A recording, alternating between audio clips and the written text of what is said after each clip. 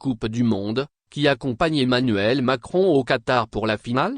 Le président français, Emmanuel Macron, est reparti ce samedi au Qatar, avec son épouse Brigitte, et plusieurs autres personnalités pour assister à la finale du mondial entre les Bleus et l'Argentine.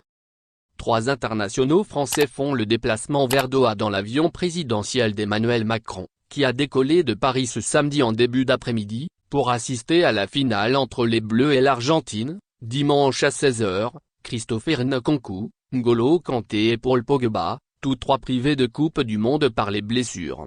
L'attaquant des Bleus et du Real Madrid Karim Benzema, qui avait dû quitter le Qatar après avoir été touché à la cuisse, a lui aussi été convié, mais n'a pu venir. Les anciens internationaux Alain Giresse, Luis Fernandez, également et ex-entraîneur du Paris Saint-Germain, et Breno Cherou seront également du voyage.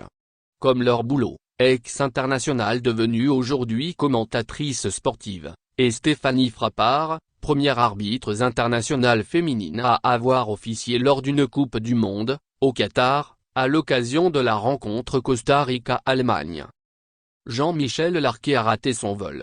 Hors football, le champion olympique de judo Tide Riner, décuple champion du monde des poids lourds, et l'ancien champion olympique de boxe Brahim Asloum feront également partie de la délégation.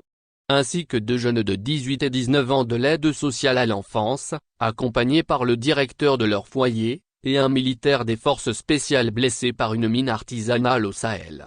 Déjà présent dans la délégation présidentielle lors du déplacement pour la demi-finale face au Maroc, ce dernier y avait raconté son histoire au bleu dans le vestiaire, à l'issue du match.